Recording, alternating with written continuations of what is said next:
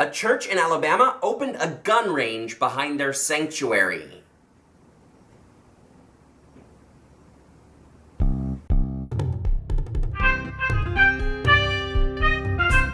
J.R.R. Tolkien's Lord of the Rings is famously crammed to the gills with Christian allegory. There are at least 3 Christ figures in the story. The wizard/angel Gandalf dies and is totally resurrected. Meanwhile, the Ranger Strider goes into the land of the dead, and then returns from the land of the dead, bringing many of the dead with him, but not as Strider this time, but as Aragorn, the rightful king. And then, of course, there's Frodo. Frodo is tasked with carrying the burden of the One Ring, an object which symbolizes all of humanity's lust for power. He has to carry it to the place where it was created and make sure that it is destroyed. And Frodo's the only one who can do this, because he's the only one that doesn't lust after power. Ow. The core message of the series is that the only way to defeat evil is to refuse to use evil's methods. As Audre Lorde said it, the master's tools will never dismantle the master's house. Or as Jesus himself put it, those who live by the sword will also die by the sword. Instead of putting on the One Ring,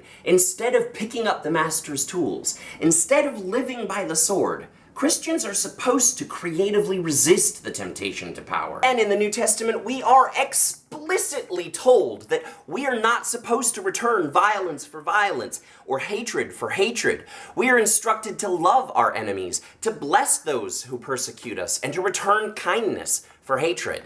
But this incredibly clear message is lost on so many Christians who are more likely than non-Christians to support war, to favor indefinite detainment, to favor torture, and to do wingnutty crap like building a shooting range behind your sanctuary or show up at your favorite big box store dressed up as a character about to audition for an 80s action movie.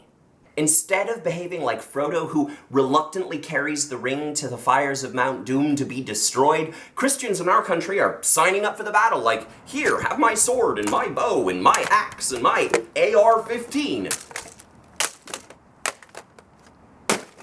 And the worst part of this is how Christians use the Bible to justify this behavior. Okay, the worst part is where a whole bunch of people get killed by our hyper-violent society. But the second worst part about this is how Christians use the Bible to justify this behavior. One passage occasionally cited in this vein is from the end of Paul's letter to the Ephesians, where Paul tells Christians to put on the whole armor of God. Now, the armor of God that he references includes things like the belt of truth, the breastplate of righteousness, the shoes of readiness to proclaim the gospel of peace, the shield of faith, the helm of salvation, and the sword of the Spirit, which is the Word of God. Christians sometimes use this passage to justify a militant stance against evil, which sometimes crosses over into actual militarism. But that's an incredible abuse of a metaphor. I mean, Paul explicitly says that the enemies he's talking about are not flesh and blood. To continue with the Lord of the Rings analogy, Paul is definitely not advocating going out and doing some battle with some orcs. It's almost like in that story, the real battle was with some ruler, some authority which was behind the orcs, some cosmic power responsible for our present darkness. You know, Sauron. Who, by the way, is a personification of the will to power which the ring is forged from.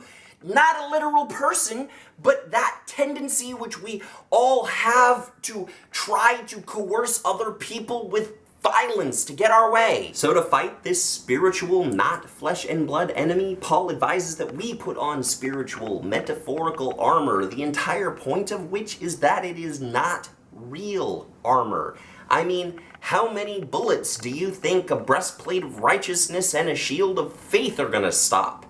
Approximately 0.0. So if you take off your flak jacket and you lay down your AR-15 so that you can put on the whole armor of God, you are effectively disarming yourself, which is exactly what Paul wants you to do. Just like Jesus said to Peter, lay down your sword. You can't claim to be a follower of the Prince of Peace while packing heat. You just can't. Hey, this is Lection Aric. I interpret texts, including the Bible, but also a lot of things that are not the Bible, and ask questions about what they might mean and how they might apply to our lives.